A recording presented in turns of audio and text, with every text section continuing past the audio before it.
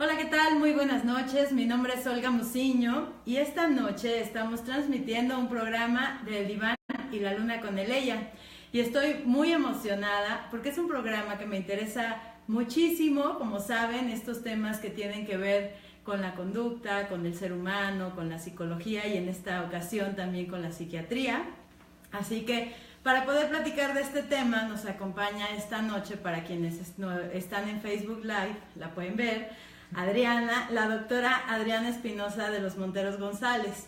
Ella es licenciada en médico cirujano, egresado por la Facultad de Medicina de la Universidad La Salle, especialista en psiquiatría por la Universidad Nacional Autónoma de México, certificada por el Consejo Mexicano de Psiquiatría, con actividad primordial en consulta psiquiátrica de Hospital General y manejo hospitalario de diversos trastornos psiquiátricos.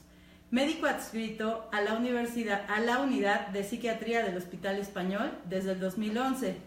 Profesor adjunto del curso de especialidad en psiquiatría de la Universidad Nacional Autónoma de México, sede Hospital Español. Experiencia en atención psiquiátrica a jóvenes en conflicto con la ley con trastornos por consumo de sustancias en la Fundación Juventud, Luz y Esperanza de 2011 a 2014. Profesor titular del curso de Anatomía y Fisiología del Sistema Nervioso, así como del curso de Semiología en la Licenciatura de Psicología del Centro Eleya desde el 2011. Profesor titular del curso de Psiquiatría en la Maestría en Psicoterapia Psicoanalítica del Centro Eleya desde el mismo año y hasta el 2016. Bienvenida, Adriana, ¿cómo estás? Hola, ¿qué tal? Muy bien, buenas noches. Buenas noches, pues yo muy contenta y muy agradecida que hayas aceptado esta entrevista. En realidad es un tema que tiene muchísimos recovecos y me encantó el título que nos propones para hacer esta entrevista. El trastorno bipolar de pronto lo encontramos también como de moda entre el lenguaje, ¿no? Entre la jerga, hablando un poco sobre cosas que no sabemos y que le ponemos ahí algunas características. Exactamente, justamente la idea del título es eso, ¿no? Que en el lenguaje común de pronto utilizamos este tipo de etiquetas de trastornos psiquiátricos que tal vez no tenemos muy bien definido de qué se trata, no entendemos muy bien de qué se trata, y de pronto crea mucha confusión. Y bueno, las personas que realmente tienen este padecimiento o esta situación pues presentan una serie de síntomas que son muy característicos y que vale la pena reconocer, porque creo que en ocasiones podemos utilizar los trastornos mentales como etiquetas peyorativas, claro, para describir ciertas actitudes o ciertas conductas, y hay que entender que son enfermedades, y hay que entender que como enfermedades pues tienen un tratamiento y conllevan además un sufrimiento. Y entonces creo que es importante por eso hacer una distinción de lo que usamos o coloquialmente como el término bipolar a lo que en realidad se refiere el trastorno bipolar. Claro, claro, por supuesto. Y bueno, ¿nos podrías ayudar a entender un poco qué es un trastorno o por qué se denomina trastorno? Ok, claro que sí. En medicina, la psiquiatría es rama de la medicina. En medicina tenemos de pronto como muy caracterizadas ciertas enfermedades. Llamamos enfermedad a algo cuando tenemos bien descrito qué lo causa, por qué se ocasiona, cuáles son sus manifestaciones. En psiquiatría describimos trastornos porque específicamente no tenemos todavía tan detallado cuáles son las causas de las distintas padecimientos que se presentan, y al no tenerlas tan detalladas tenemos una serie de características clínicas o síntomas que se presentan y una serie de hipótesis sobre las posibles causas o alteraciones biológicas que las provocan, pero no tenemos tal cual como puede ser una infección por influenza, que sabemos que es por influenza, entonces ahí ya le podemos dar otro nombre, digamos. Entonces el término trastorno es un poco más genérico en ese sentido, y bueno, específicamente si nos referimos al trastorno bipolar, no sé si quieras que platicamos un poquito más de las peculiaridades y a qué se refiere ese término. Sí, por supuesto, porque mucho de la intención es sí poder entender qué es exactamente bipolaridad y poder quitar por eso esas ideas que de pronto tenemos. Y bueno, el mal uso o la mala implementación de poner etiquetas que se ponen de moda, ¿no? Como estar depre y como todas estas etiquetas que de pronto no tienen un sustento muy claro, ¿no? Exactamente, y como te digo que muchas veces las utilizamos en un sentido negativo o despectivo. Pues mira, justo las primeras definiciones de la psiquiatría más moderna del trastorno bipolar era lo que se conocía como la enfermedad maníaco-depresiva. Kraepelin, que también fue un investigador, mucho aportó en respecto a la esquizofrenia, sí. Hizo esta distinción de las enfermedades mentales, de los trastornos mentales, como entre la esquizofrenia, la demencia precoz y bueno, la enfermedad maníaco-depresiva. Y justamente a partir de más o menos 1978 que sale el DSM-3, el DSM-3 es la clasificación que se utiliza en Estados Unidos para los diagnósticos psiquiátricos. A partir de entonces se cambia el término de enfermedad maníaco-depresivo por trastorno bipolar. ¿Por qué se hace ese cambio? Justamente porque se dan cuenta, bueno, una de las características del trastorno bipolar, para que nosotros podamos hacer el diagnóstico del trastorno bipolar, tiene que haber algo que se llaman episodios de manía o hipomanía. ¿Qué es un episodio de manía o hipomanía? Bueno, es un episodio de estado de ánimo distinto de la normalidad, es decir, todos los seres humanos podemos tener momentos de alegría y momentos de tristeza, o ciertas oscilaciones cotidianas o naturales del estado de ánimo. Claro. Pero de pronto, un episodio de manía es un cambio en el estado de ánimo que es distinguible de la normalidad por su intensidad. Y el ánimo se dice que está elevado. ¿A qué se refiere esto? Aquí hay un estado como de euforia, de un exceso de alegría, o puede haber también irritabilidad, pero se acompaña de otros síntomas. No es nada más la euforia, estar contento, alegre, sino la persona que está en un episodio de manía puede tener un aumento en la velocidad del pensamiento, entonces las ideas empiezan a ir como a una gran velocidad, como de pronto incluso puede perder un poco como el carril que llevan sus ideas o la línea que llevan sus ideas.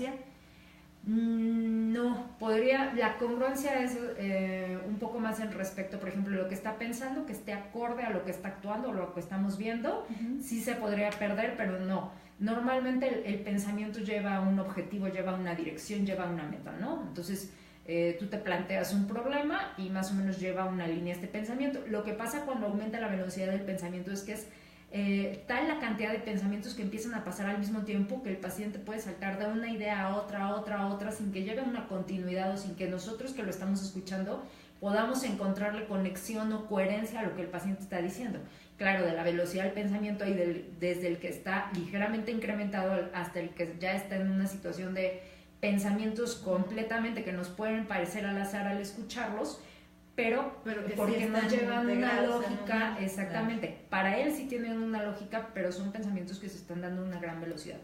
También hay un aumento importante en la autoestima, que incluso en grados extremos puede haber sentimientos de grandeza, ¿no? El empezar por sentirse, soy muy bueno en lo que hago, al grado de decir, soy el mejor en tal o cual cosa, o ya incluso en un extremo grave puede ser fuera de la realidad, lo que llamamos una idea delirante de grandeza o megalomaníaca, en donde la idea puede ser, soy un enviado de un ser divino que me está diciendo aquí una serie de planes y tengo una como misión salvadora. Eso es un iluminado, ¿no? Exactamente. Sin embargo, ahí podemos tener un conflicto para poder diagnosticar, porque si hablamos, por ejemplo, de esquizofrenia, pues también puede haber un delirio y puede haber alucinación y puede haber... ¿Cómo es que se pueden identificar estos trastornos o diferenciarlos, ¿no? Sí, la diferenciación primordial es la elevación del estado de ánimo. Un paciente con esquizofrenia no está en una euforia. Euforia entendámosla como ese estado de bienestar excesivo, como ese estado de mucha alegría, de mucha energía, muchos pensamientos, muchas ideas. El paciente en una psicosis por esquizofrenia no está en un estado de euforia, no hay una elevación del estado de ánimo. Nos podría parecer que está hablando mucho y que está pensando mucho, pero no es tal cual que haya una euforia. O sea, sí efectivamente hay cosas que que se pueden traslapar dentro de los síntomas o que se pueden parecer mucho, pero la distinción en una manía es eso, la elevación del ánimo, el estado de bienestar, las ideas de grandeza. Está tan acelerado el pensamiento que la persona puede estar con una gran distractibilidad, tiene mucha energía, tiene muchas ganas de hacer muchas cosas, tiene muchos planes, se empieza a involucrar en actividades de riesgo, es decir, como que empieza a perder un poco el piso y se siente invencible. Entonces, actividades de riesgo, empieza a lo mejor a consumir cosas que no consumía, empieza a tener actividad sexual de riesgo, empieza a tomar decisiones que no tomaba respecto a gastos, a regalar dinero, empieza a hacer viajes tal vez que no haría en condiciones normales, y toda esa serie de riesgos que va tomando justo son los que van generando, entre otras cosas, la disfunción tan importante que se empieza a reflejar pues en todos los aspectos, en lo social, en lo laboral, en lo interpersonal, en todo. Y bueno, uno de los síntomas más importantes también que tiene el trastorno bipolar, pero específicamente hablando de los episodios de manía, es la disminución de la necesidad de dormir. ¿Qué quiere decir eso? Es distinto del insomnio. El insomnio es esas veces que estamos ya listos para dormir y estás en la cama y no te puedes quedar dormido, exactamente. La disminución de la necesidad de dormir es que la persona tiene tanta energía que de verdad no necesita dormir. Y puede dormir 2 horas, 3 horas, y esas 3 horas es como si hubiera dormido perfecto toda la noche y al día siguiente está con la misma pila y con la misma energía. O sea, la diferencia sería que si tú tienes insomnio, estás cansado, estás agotado, tienes ganas de dormir, pero no consigues dormir, ¿no? Son estas personas que de pronto requieren hasta tomar un medicamento con o sin intervención médica para poder conciliar el sueño porque están desesperados. Y una persona en manía no tiene la necesidad de estar... No tiene la necesidad, exactamente. Está en un estado de acelere y de energía y de bienestar y de euforia. Ese acelere, energía, bienestar y euforia a veces cae en la irritabilidad. Quiere decir que ante cualquier contradicción de pronto estoy tan bien... Sobre reacción. Exacto, ¿no? Que estoy muy reactivo a las otras cosas y puedo caer en un estado de irritabilidad, incluso algo de agresividad hacia los otros. Ahora, ¿cómo hacemos el diagnóstico de trastorno bipolar? Justamente, bueno, bipolar no suena justo a que hay 2 polos, ¿no? Un polo para arriba, podríamos decir, y un polo para abajo. Para hacer el diagnóstico de trastorno bipolar, no necesitamos a fuerza que haya depresión, lo cual podría parecer contradictorio. Pero para hacer el diagnóstico de trastorno bipolar solo necesitamos que haya habido un episodio de manía o hipomanía en la vida, aun cuando no se haya presentado en la vida, o sea, aun cuando no sea en este momento. Aun cuando no sea en este momento, exactamente. Ahora, una de las cosas que es importante, y en general en psiquiatría todos los diagnósticos son de exclusión. ¿Qué quiere decir esto? Que tenemos que verificar que lo que le está pasando a la persona no sea ocasionado, por ejemplo, por una sustancia que consumió.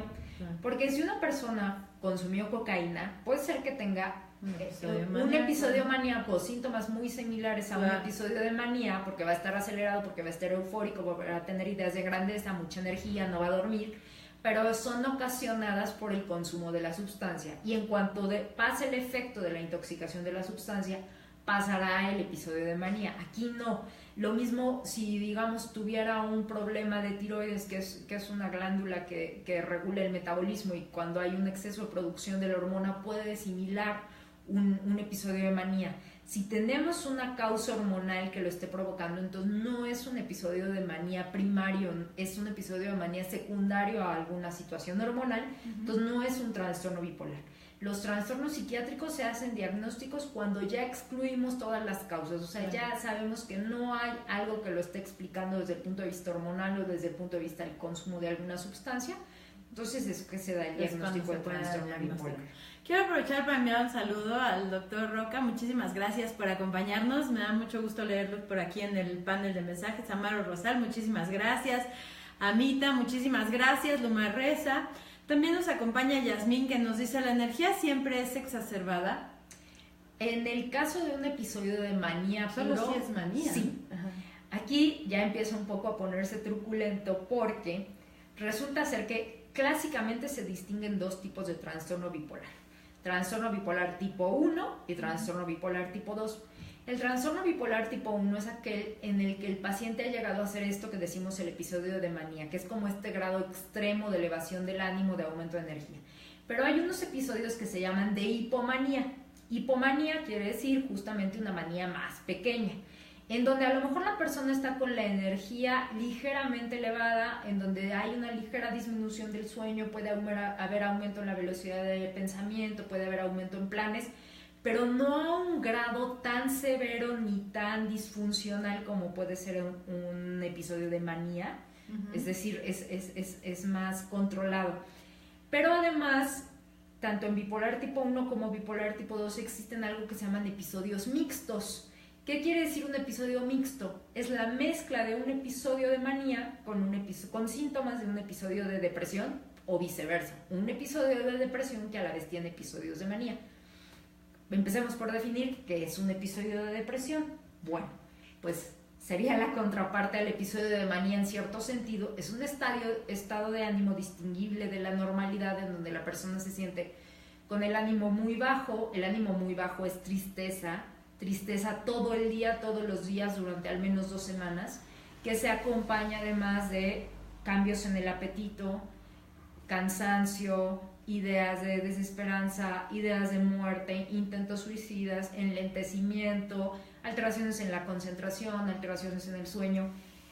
Y un episodio mixto, que justo era el punto que decíamos respecto a si puede haber poca energía, es, por ejemplo, que se tengan síntomas de depresión, pero el paciente tiene el pensamiento acelerado, ¿sí? O tiene todos los síntomas de depresión, o puede llegar a tener disminución en la necesidad de dormir y aumento en la energía. Y al revés, un paciente mixto que está con síntomas de manía puede tener disminución en la necesidad de dormir, puede estar eufórico, pero a la vez tener pensamientos suicidas, ¿sí? Y ahí podría tener disminución en la energía.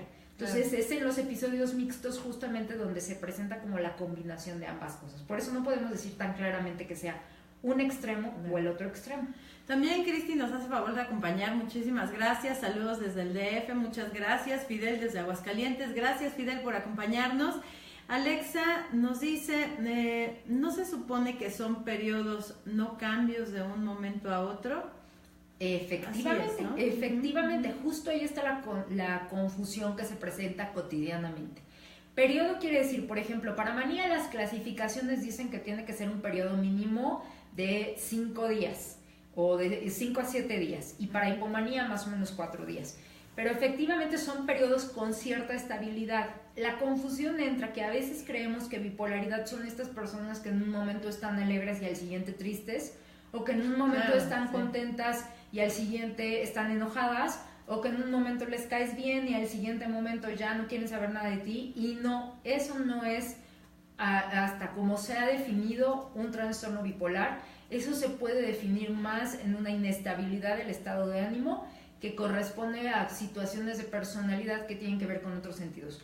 Ahora, hay ciertos autores que dicen que hay muchos más tipos de manía que 1 y 2, y que esos cambios bruscos en el estado de ánimo podrían ser como una especie de variedad mitigada de manía, de bipolaridad. Pero bueno, eso ya es así como autores que estudian mucho esta cuestión de bipolaridad y se meten mucho en minuciosidades, y entonces, por ejemplo, dicen que tal vez un trastorno de la personalidad, que es el trastorno límite, es como una especie de variedad de bipolaridad.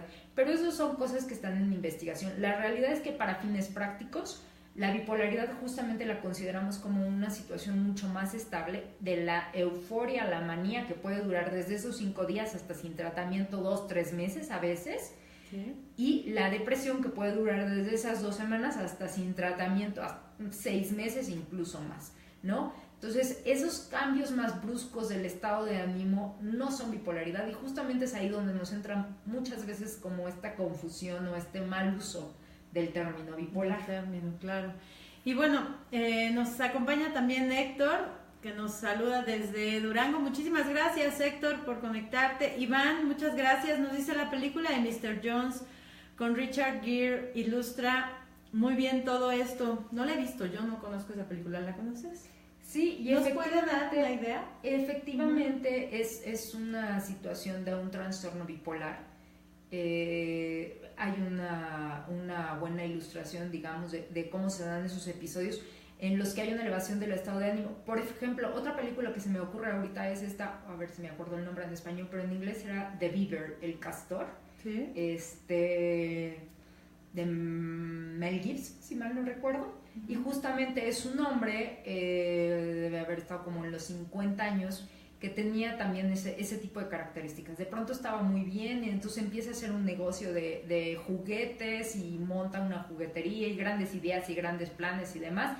Y llega a este punto como fuera de la realidad en donde incluso pues empieza a conversar con este como muñeco, ¿no? Y el muñeco le empieza a dar ideas y también se ve la otra parte depresiva, justamente en donde no se levanta de la cama, en donde lo pierde todo, donde la esposa ya no quiere saber de él. Y bueno, es una película un poquito más reciente y sí, efectivamente en la cinematografía hay muchos ejemplos, ¿no? Exactamente, que nos pueden ayudar a entender un poquito mejor esa diferencia o a lo mejor a tener una idea, ¿no? Porque también es cierto que para hacer un guión cinematográfico de pronto requerimos un poco de la dramatización que se aleje de la realidad, pero que ayude a dar un contexto a la propia película. Entonces hay que tener cuidado cuando vemos ese tipo de películas, darlas como una realidad absoluta, ¿no? Eso sí, porque bueno, sí tenemos que tomar en cuenta que tienen sus elementos de ficción, ¿no? Claro, los necesita no. Como película. Exactamente, ¿no? Exactamente, pero sí hay en la cinematografía algunas buenas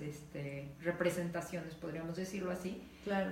Que nos pueden dar una idea, ¿no? De pronto. Ahora, cuando nosotros nos compartes cómo se puede mirar un episodio maníaco, cómo puede ser un episodio depresivo, pero el trastorno bipolar solamente se va a diagnosticar cuando existen estos episodios, o sea, cuando son latentes, o el trastorno bipolar llega desde determinada edad. ¿Cómo se va moviendo como por ahí, no? Porque Sí. Fíjate que es una pregunta muy interesante porque resulta ser, se hace el diagnóstico más o menos puede ser entre los 20 y los 40 años de edad, ya que tienes en las narices un episodio de manía inconfundible, con otra cosa. Pero la realidad es que lo que se ha visto es que es una enfermedad que empieza a edades mucho más tempranas. Sí. ¿Cómo empieza? Hay datos sutiles, por ejemplo, las personas que empiezan en depresión a edades más tempranas, la depresión es una enfermedad que habitualmente se presenta más o menos como entre los 20 y 30 años de edad comúnmente. Si se presentan depresiones a edades más tempranas, en la adolescencia o incluso en los niños, a veces esos pueden ser como los primeros indicios de que lo que se va a desarrollar eventualmente es una enfermedad bipolar. ¿Por qué? Porque la depresión no es lo común, la depresión solita bipolar, ¿no? Podríamos decir que hay depresión bipolar y depresión unipolar. Claro. Pero bueno, la depresión solita no es lo común que empiece a esas edades. Entonces, chicos que desde muy jóvenes están presentando síntomas de depresión, es como que nos puede ahí prender un poquito el foco de que a lo mejor con el paso de los años vamos a tener eventualmente un desarrollo de un episodio de manía. La otra cuestión también que se presenta justamente es que en ocasiones se han presentado síntomas sutiles o episodios sutiles como de hipomanía tal vez, que no han sido tan excesivos o tan dramáticos que hayan llamado de alguna forma considerable la atención. Entonces justo el diagnóstico por eso tarda en hacerse. Y la otra cosa que también se supone que nos tendría que prender un foco rojo es que se ha descrito que la depresión bipolar tiene ciertas características distintas de la depresión unipolar. ¿Cómo es una depresión bipolar? O sea, si llega al consultorio un paciente deprimido, ¿cómo podemos saber o sospechar que puede llegar a ser un paciente bipolar? Bueno, pues primero siempre tenemos que tomar en cuenta los antecedentes familiares, porque muchos de los trastornos psiquiátricos tienen un componente genético de una predisposición que se hereda, y el trastorno bipolar está entre ellos. Entonces, si por ahí tenemos el antecedente de que alguien estuvo hospitalizado tal vez en un psiquiátrico, o que le dieron litio, o que le dieron el diagnóstico bipolar, desde que preguntamos esos antecedentes nos tiene que llamar la atención como para la sospecha de la predisposición, porque sí puede haber una herencia de eso, de la predisposición, aunque hay otros muchos factores ahí que tienen que ver con que realmente al final se desencadene el trastorno. Pero bueno, ese es uno de los primeros indicios. Pero entonces está el paciente que llega deprimido al consultorio por primera vez. ¿Cómo más lo vamos a sospechar además de los antecedentes? Bueno, ya dijimos que empieza desde edades tempranas. La depresión es 2 veces más común en mujeres que en hombres. Entonces, Si es un hombre que llega también deprimido, eso nos aumenta un poco la sospecha. El trastorno bipolar en realidad es más o menos igual de frecuente en hombres que en mujeres, pero bueno, un hombre deprimido. Y las características en específico de la depresión, son depresiones muchísimo más graves, son depresiones en las que la persona de verdad no se puede levantar de la cama, claro, todo el día duerme, puede tener además como aumento de peso, pero de verdad son depresiones en donde hay unas ideas de muerte y muchas veces ideas y pensamientos suicidas bastante graves. O sea, son de las depresiones, me atrevo a decir, más graves, ¿no? Entonces ahí una depresión grave ya te está también prendiendo otro foco. Claro. Y la otra es, hay dos opciones, que o le das un antidepresivo si es que eliges darle ese tratamiento porque la depresión está grave, y empieza a tener una respuesta como relativamente rápida, o tiene una resistencia total a los medicamentos. Entonces, esos puntos, aunque parecieran un poco extremos, sí como que te empiezan a dar las pautas de que tal vez lo que estás viendo es un trastorno bipolar que todavía no se ha llegado a manifestar las fases de manía, pero que estás viendo el principio de la enfermedad hacia dónde. Y entonces, ¿qué pasa? Que justamente el tratamiento con esos pacientes es controversial, porque en teoría no se les deberían dar de entrada antidepresivos, porque el antidepresivo puede ser ese último empujón que lo vira hacia el episodio de manía, ¿no? Claro. Entonces, en teoría los tratamientos tendrían que ser como más con unos medicamentos que llamamos estabilizadores de ánimo, dentro de otras opciones, pero ahí es donde si uno hace un interrogatorio un poquito más cauteloso y se fija en otros aspectos, insisto, desde antecedentes familiares y antecedentes personales de la infancia y cómo han sido las depresiones y desde cuándo empezaron, pues puede ser que empieces un poquito a sospechar la existencia de un trastorno bipolar, y entonces tu decisión de tratamiento puede diferir un poquito que si llegas con una persona que estás sospechando que es una depresión y solo una depresión, ¿no? Claro, claro. Es muy interesante porque tiene como muchos recovecos que hay que tenerles precaución, ¿no? Que hay que tenerles cuidado. La familia suele ser un elemento muy importante en todo tipo de enfermedades, y el trastorno bipolar pues no será la excepción.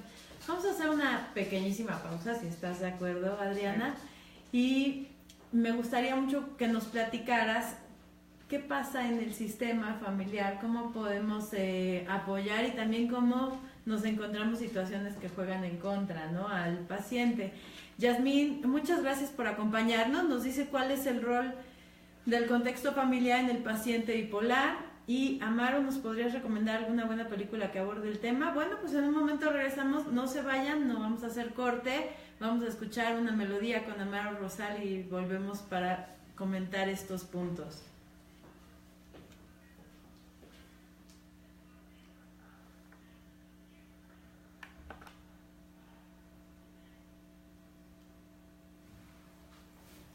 Gracias, doctora Olga. Espero que les guste el tema que voy a interpretar.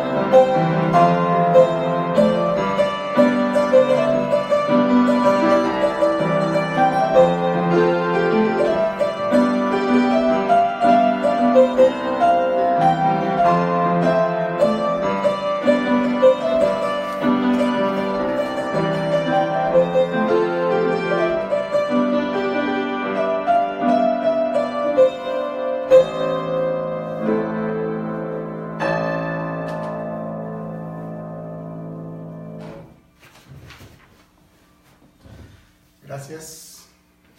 Continuamos.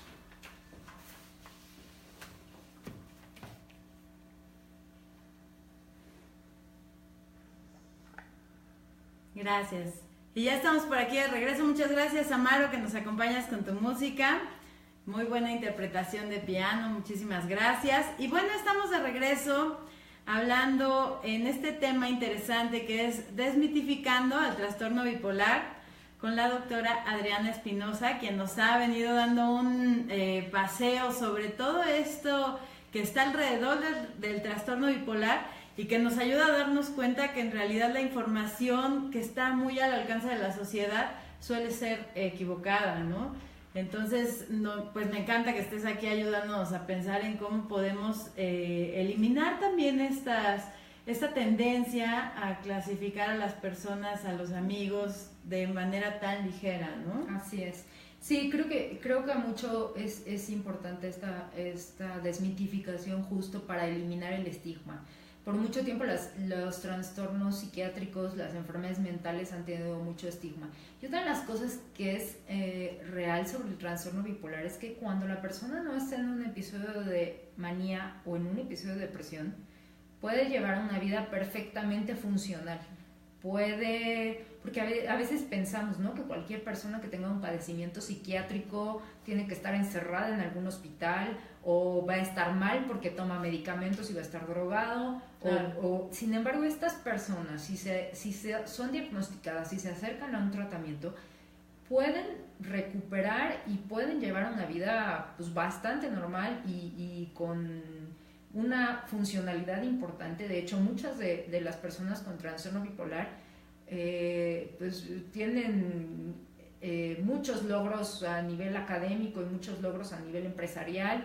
Desafortunadamente el problema es que cuando están en estos episodios lo llegan a perder todo, ¿no? Porque claro, no hay a veces... Si no son tratados, ¿no? Exacto, no hay a veces además la comprensión y el entendimiento. Y bueno, una de las preguntas de las películas, pues ya se mencionaron un par para no detenernos tanto en eso, sí, pero dentro de las preguntas respecto al sistema familiar, ok, si ya hablamos de una persona que ya tiene la enfermedad, que ya está presentando episodios de manía, hipomanía, episodios depresivos, desafortunadamente, y como nos pasa en muchos de los aspectos de la psicopatología, los sistemas están también con cierta psicopatología. Entonces, a veces ni siquiera hay como el conocimiento de qué le está pasando o qué le está ocurriendo a mi familiar, qué le está ocurriendo a mi esposo, a mi hijo, a mi familiar. Y entonces se juzga sus conductas, se juzgan sus errores de juicio, se juzga el que perdió el dinero, se juzga el que fue infiel y se juzga todo desde una panorámica no de un trastorno que química, biológicamente y demás está alterando la conducta y está provocando que se tomen decisiones en las cuales el paciente de verdad no está teniendo gran toma de decisión. Sí. Y entonces todo ese juicio provoca que las familias se vayan separando, que las familias se vayan apartando, que las familias se vayan desintegrando. Lo mismo para el lado de la depresión. Claro. Porque entonces ya es no te levantas de la cama y nunca logras nada, y es que si quisieras, sí, si le echaras ganas, todo fuera como levantarse, todo fuera como querer, y la verdad es que no, que insisto, cada vez hay más investigaciones que sustentan que desde el punto de vista del funcionamiento cerebral, son cerebros que están funcionando distintos cuando están en estas crisis, y son cerebros que no están permitiendo que tengas esa energía para levantarte de la cama, que tengas esa capacidad para poder cambiar tu pensamiento en positivo y para poder ver las cosas de una óptica menos negativa, porque químicamente, biológicamente el cerebro no lo está permitiendo. No es algo sobre lo que en ese momento tengamos un control. Justamente se pierde esa sensación de control sobre la emoción que normalmente podemos tener. Y a veces justo el sistema familiar, pues lo que hace es abandonar, lo que hace es separar y bueno, tampoco podemos juzgar eso, porque pues sí, desafortunadamente muchas veces las consecuencias tanto para el paciente como para la familia llegan a ser, sobre todo en casos graves, muy dolorosas y muy destructivas, si, insisto, no se lleva a una atención adecuada, porque con una atención adecuada se pueden hasta cierta medida controlar las recaídas o mantener en cierta estabilidad. El problema también es, como pasa en muchos de los trastornos psiquiátricos, que no suele haber la conciencia de decir esto que me está pasando es un trastorno, esto que me está pasando necesita una atención médica. El paciente se siente tan bien que ya deja los medicamentos, sí, que no necesita ayuda, que no necesita atención. Y rápidamente nada más quisiera mencionar que tiene una alta asociación con tasas de suicidio, sobre todo en hombres, hasta más o menos el 15% de las personas que pueden tener el trastorno bipolar llega a tener un intento suicida o incluso a consumar una situación de suicidio. Entonces justamente también eso nos tiene que poner una alerta, porque el suicidio no tiene que ver con cobardía, también llega a un punto en el que el cerebro no te permite ver ninguna otra salida, y si no recibes una atención, si no recibes una ayuda, pues es muy probable. Lo que pasa a veces en estos episodios mixtos justo es que el pensamiento está negativo, pero a diferencia de una depresión sola, el paciente tiene energía y entonces es ahí cuando desafortunadamente pues atentan contra su vida. Quiero aprovechar para enviar un saludo a Rosy. Muchísimas gracias a Rosy Mier, que nos hace favor de acompañar. Te mando un fuerte abrazo. A Mita, que nos dice gran maestro Amaro y nos manda aplausos. Muchísimas gracias. A Oli, que también nos hace favor de acompañarnos. Mita nos pregunta, ¿el alcoholismo es también una adicción dentro de los síntomas del trastorno? Es algo bastante frecuente.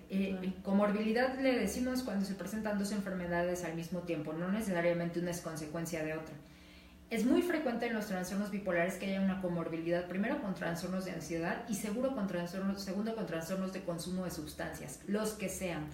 Justamente porque las sustancias vienen mucho a jugar un papel entre de automedicación, a veces tanto en los estados depresivos. Hay muchos pacientes que en estados depresivos llegan a consumir cocaína o llegan a consumir estimulantes para salir de los estados depresivos.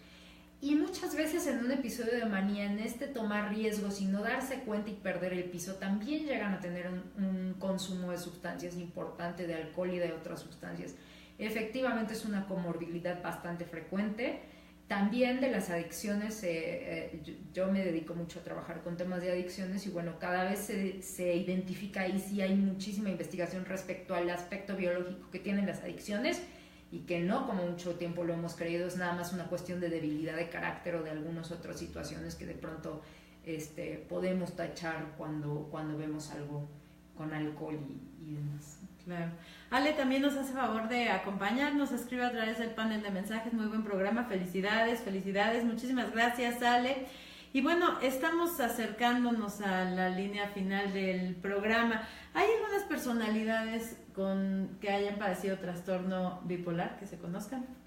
Sí, mucho se ha descrito de Van Gogh, por ejemplo, que pues en ocasiones justo parte de esta creatividad y parte de estas imaginación y demás tenía que ver con cuando estaba episodios fuera de la realidad, y también llegó en manías, y también llegó a tener episodios depresivos graves y severos.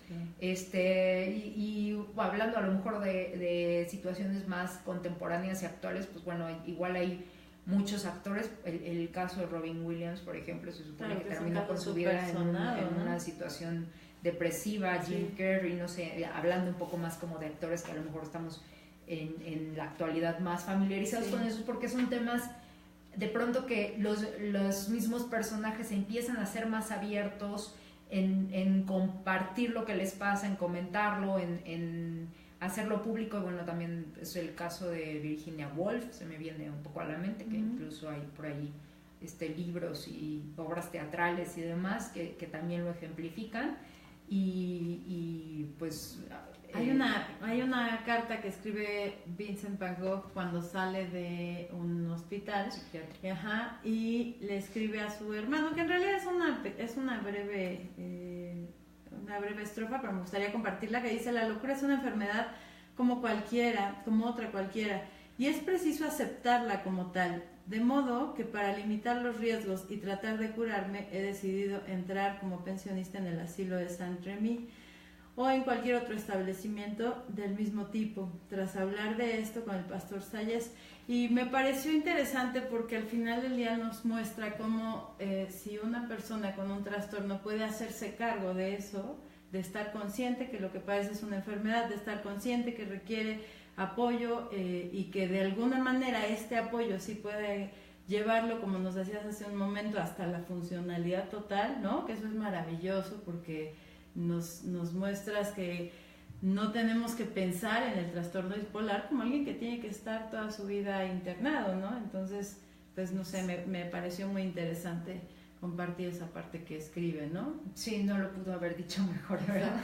O sea, el entenderlo como una diabetes, como una hipertensión, como algo que está ahí, que mientras más rápido lo aceptes y busques ayuda y busques tratamiento, menos complicaciones vas a tener para la vida y menos problemas te va a generar. Claro, por supuesto.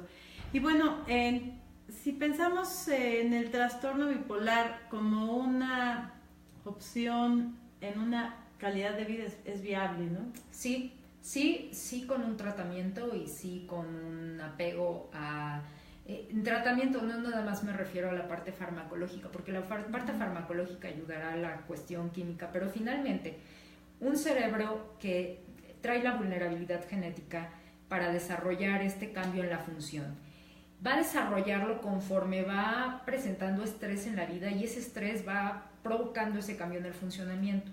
Pero si tú das medicamentos y la persona sigue haciendo exactamente las mismas cosas, enfrentándose a los problemas de la misma manera, vinculándose con los demás de la misma manera y sin conocerse a fondo de la misma manera, pues eventualmente van a venir recaídas independientemente del medicamento. Siempre es muy importante, y hay estudios e investigaciones que lo corroboran, que el medicamento acompañado de otros cambios, de una psicoterapia, de cambios pues, en el estilo de vida y de otras situaciones de apoyo, es mucho más favorable y se encuentra una estabilidad mayor a que si solo estamos hablando de medicamento, ¿no? Claro, por supuesto.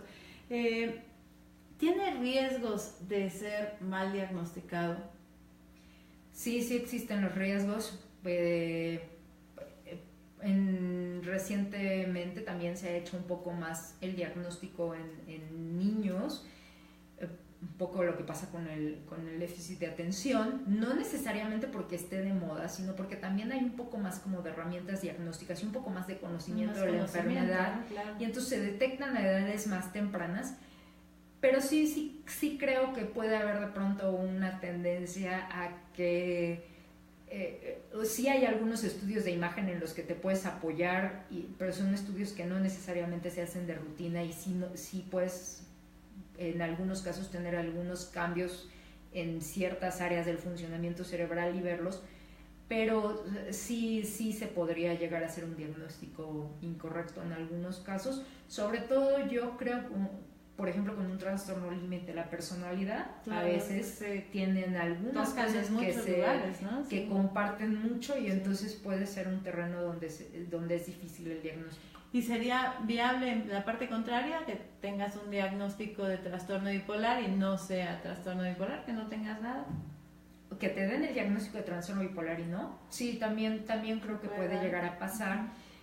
Insisto, hay autores que han como que clasificado muchos subtipos de trastorno bipolar y dicen que, por ejemplo, un temperamento hipertímico, es decir, una persona que todo el tiempo está alegre, que todo el tiempo tiene energía, que no duerme mucho, que no sé qué, podría ser como una especie de bipolaridad. Y a lo mejor por ahí alguien le llega a dar el diagnóstico, pero la realidad es que no es que estemos en psiquiatría o en general los que nos dedicamos a la salud mental poniendo diagnósticos nomás a quien se nos atraviesa, sino a quien le está generando un tipo de disfunción o malestar, ¿no? Claro. O sea, esa es una situación básica que necesitas tú para dar un diagnóstico. Si eso que te está pasando te está generando malestar, te está generando disfunción, te está generando un costo a nivel de lo que vives, de tu trabajo, de tu familia, etcétera, bueno, es ahí cuando ya se ofrece la ayuda, no es tal cual que se estén dando diagnósticos al por mayor. Sí, claro. También escuchamos de repente situaciones donde nos dicen, si tú tienes el trastorno bipolar, te estás tratando, tienes medicamento, ya estuviste internado, te dieron de alta, vamos, llevas todos los pasos a seguir y de repente suspendes todo, la recaída va a ser peor. ¿Eso es real? La recaída puede ser, por supuesto, un episodio de manía que sabemos que no es nada ligero, pero sí. ¿Es peor? La recaída, lo que pasa es que con el trastorno bipolar cada recaída va teniendo un costo neuronal, o sea, se van como sí dañando ciertas áreas o sí sacrificando ciertas áreas neuronales. Y entonces a mayor número de episodios, mayor gravedad y mayor dificultad de control. Y eso a lo largo del tiempo, al principio pueden ser provocados por situaciones de la vida, la pérdida de un familiar y demás, pero también se va haciendo como una especie de automatización en donde mientras más episodios vas teniendo y más severos, te pueden llegar a dar ya sin razón, sin motivo, digamos. Entonces sí, desafortunadamente sí tendría cierto sentido, cierta lógica esa aseveración. ¿El trastorno de estrés postraumático tendría un impacto en el trastorno bipolar? Hay cierta comorbilidad también. Antes el trastorno de estrés postraumático estaba dentro de los trastornos de ansiedad, ya no. Ahora se clasifican como nada más dentro de los trastornos relacionados al estrés y al trauma. Pero sí hay una asociación, sí hay pacientes que tienen trastorno bipolar que tienen una mayor predisposición al estrés postraumático.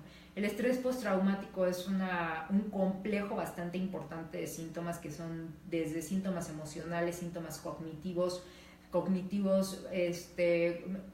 reexperimentar quiere decir, es como una sensación de volver a vivir lo que te pasó, lo vuelves a oler, lo vuelves a ver, lo vuelves hasta como que te desconectas y de alguna manera sientes que está volviendo a pasar, una especie de desconexión emocional en donde se puede estar irritable, puede haber alteraciones en el sueño, puede haber también una sensación de pensamientos que es lo cognitivo de yo tuve la culpa, si yo hubiera hecho, si no hubiera hecho, etcétera, y todo eso, un sobresaltos, angustia, tensión muscular, pero sí hay como pueden compartir ciertas características o puede ser un poquito más frecuente en algunos pacientes con trastorno bipolar, ahí tienen algunas cuestiones neurobiológicas en común. Muy común.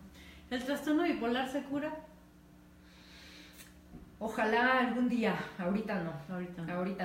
La medicina ha avanzado, va avanzando, sigue avanzando, ojalá que llegue el día en que de verdad se pueda incidir en estas predisposiciones genéticas que yo considero que es hacia allá, hacia donde se está intentando llegar la parte de la medicina y entonces que se pueda hablar de una cura. Hasta ahora no tenemos cura, la verdad es que se logra una estabilidad y funcionalidad paciente, que eso también es maravilloso, ¿no? Exactamente, pero sí, desafortunadamente como hay sí muchos padecimientos en psiquiatría, me atrevo a decir que la mayoría no tienen una cura. ¿Y la psicoterapia apoya al tratamiento? ¿Qué hace la psicoterapia si esta parte es tan biológica? No nada más para el trastorno bipolar, para todos, a lo mejor excepto un paciente psicótico en ese momento no podríamos decir que hay una utilidad, pero un paciente con depresión, un paciente con ansiedad. ¿Qué hace la psicoterapia? Bueno, hay muchos tipos, pero aumenta el conocimiento que tienes de ti mismo, podríamos decir, la conciencia que tienes de las cosas, por qué te pasan las cosas, qué está detrás de tus acciones, de tus decisiones, de la manera en la que manejas las cosas y tus emociones, y el simple hecho de ponerles un nombre y hablar de ellas baja mucho el estrés. Entonces, el hecho de que tú controles los niveles de estrés, el cuerpo no distingue entre si está en una situación crítica de amenaza porque tiene una apendicitis o porque está enojado con alguien. Igual eleva una hormona que se llama cortisol, igual eleva hormonas de estrés. Y eso puede provocar justamente que estos cambios biológicos se den lugar. Si tú aprendes a conocerte un poco mejor, si tú aprendes a hablar de tus emociones, si tú aprendes a vincularte de una forma distinta y hacer las cosas de una forma distinta, de las que los has hecho toda la vida, que es lo que te enseña una psicoterapia, sí te ayuda mucho a mantener una mejor estabilidad, a tener una conciencia mayor también de que tienes un padecimiento, de que tienes que tomar un medicamento, de que tienes que tomar un seguimiento, pero en general, pues sí, soy gran partidaria, insisto, porque además hay evidencia científica muy favorable de lo que pasa cuando acompañas un tratamiento farmacológico con una psicoterapia, y no nada más en los trastornos mentales, sino en general. Yo creo que la verdad la psicoterapia es una herramienta muy útil para todos los seres humanos, de profundizar en nuestro conocimiento y de las herramientas que tenemos para enfrentar los problemas de la vida diaria. Claro, por supuesto. ¿Y cuál es la psicoterapia que crees que podría ser más favorable para el tratamiento bipolar? La tengo que hacer, Adriana, ¿qué hago? Mira, la que más se han investigado son las terapias cognitivo-conductuales. Sí. Estas porque son más fáciles de medir, ¿no? En medicina mides las cosas como para ver qué resultados tienes. Necesitas los números. La terapia cognitivo-conductual es una terapia que se puede medir. Sí, el psicoanálisis, aunque sí hay ciertas evidencias, no es tan fácil medir los resultados de un tratamiento psicoanalítico. A lo mejor sí puedes ver cómo cambia la depresión, cómo cambia la ansiedad, o sea, cómo bajan, cómo se controlan ciertas cosas. Pero la otra sí tiene como parámetros, o sea, las sesiones son como parámetros que se pueden a grandes grupos, digamos, como hacer de una misma forma o con una misma técnica, que no hace otras psicoterapias. Esas son las que están un poco más estudiadas, lo mismo que recientemente se ha hecho mucha investigación respecto a ciertos tipos de meditación, una que se llama mindfulness, o de atención plena, actividades como yoga y demás, pero la realidad es que, en mi opinión, cualquier tipo de psicoterapia, un candidato a psicoanálisis también le viene muy bien el poder hacer ese trabajo como de introspección, el poder entender muchas cosas, el poder hacer conscientes muchas cosas. Y el modificar, insisto, la manera en la que se relaciona y las herramientas que tiene para manejar las situaciones con los demás. ¿Y la familia cómo puede prepararse? ¿Dónde puede capacitarse? ¿Hay información, grupos? Sí, sí hay cursos en muchos, en España sobre todo hay cursos psicoeducativos para los familiares de pacientes con trastorno bipolar, y es un curso muy bien hecho y muy bien establecido. Aquí en México se dan estos cursos en el Instituto Nacional de Psiquiatría, y también están en la Asociación Internacional de Trastorno Bipolar. También tienen en la página de internet muchos elementos de apoyo para los familiares y de grupos en donde se les puede dar como esta información.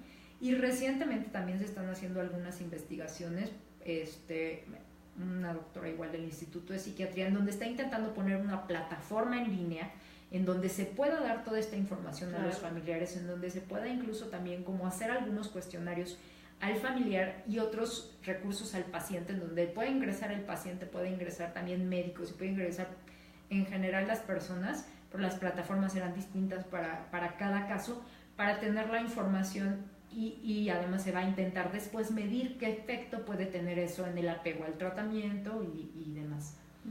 Julia nos hace favor de acompañar. Muchísimas gracias, Julia, y gracias por tu participación. Nos dice buenas noches. En la parte de la psicoterapia, ¿existe alguna técnica en específico para trabajar con este tipo de pacientes? Pues depende del enfoque, ¿no? Sí, y solo no un paciente en psicosis, ¿no? Un paciente en psicosis que no está en una situación de realidad, que eso es importante, creo que a veces identificarlo. Claro, no puede pensarlo.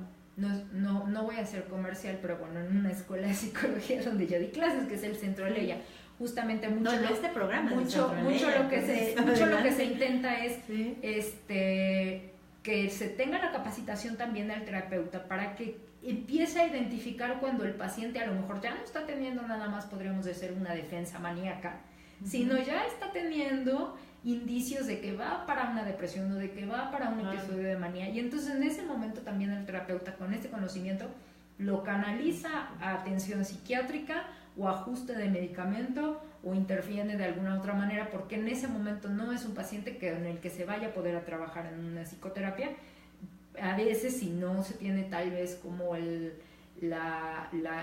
conocimiento, sí se puede uno perder y seguir seguir queriendo trabajar en psicoterapia hasta que ya está de plano en un grado extremo de psicosis que pues ya no es tan difícil de no reconocer, pero pues lo ideal, no hay específicamente una técnica así que digas, esta es para trastorno bipolar, no, son las distintas psicoterapias, tienen sus distintas herramientas, simplemente lo que hay que tener es como esa conciencia de cuando el paciente a lo mejor está empezando con un episodio de depresión, manía, hipomanía mixto, para que entonces se refuerce la parte de psiquiátrica. Claro, claro, por supuesto. Y bueno, como todas las enfermedades, el apoyo de la familia pues siempre va a ser algo indispensable, ¿no? Así es, así es. ¿Cuándo evalúas el internamiento? ¿Solamente en manía? O en depresión severa. Depresión severa. Un paciente en manía grave, hay muchos psiquiatras que logran manejar pacientes con manía en casa, no manías muy graves, o sea, no un paciente que se está desapareciendo, o sea, que está agresivo, que está regalando propiedades, que está gastando millones de pesos en quién sabe qué, porque pasa, ¿no? Pero hay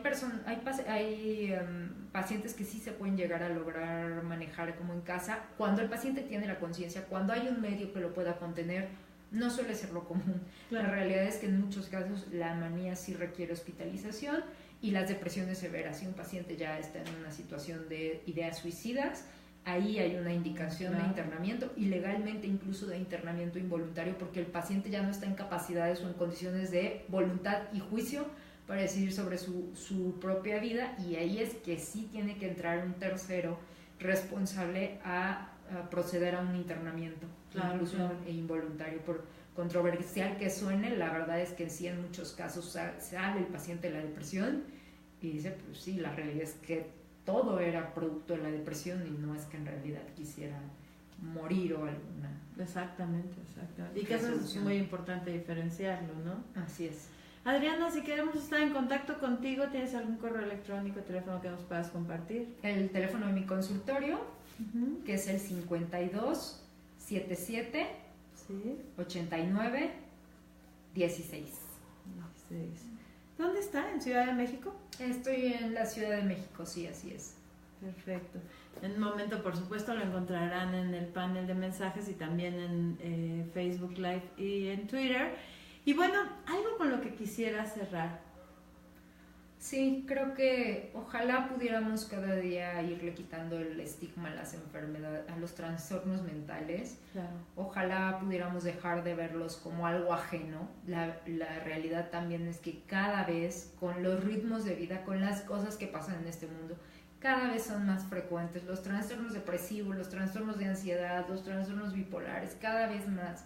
Se calcula que para el 2020 van a ser de la primera causa de discapacidad. Entonces, creo que tenemos que tener la sensibilidad de no estigmatizar, de no criticar, de no juzgar, sino entender, buscar entender lo que está pasando el otro y entenderlo justo eso, como a veces hay cosas en el cerebro que están pasando que apenas estamos empezando a entender y que no necesariamente son cuestiones de voluntad o de carácter o de otros juicios que solemos hacer. A veces somos muy duros con nuestros juicios, entonces ahí es donde creo que podríamos intentar comprender al otro de una manera diferente, claro. Sensible. Y mucho más sensible, mucho más empática, ¿no? Así es. Claro, por supuesto.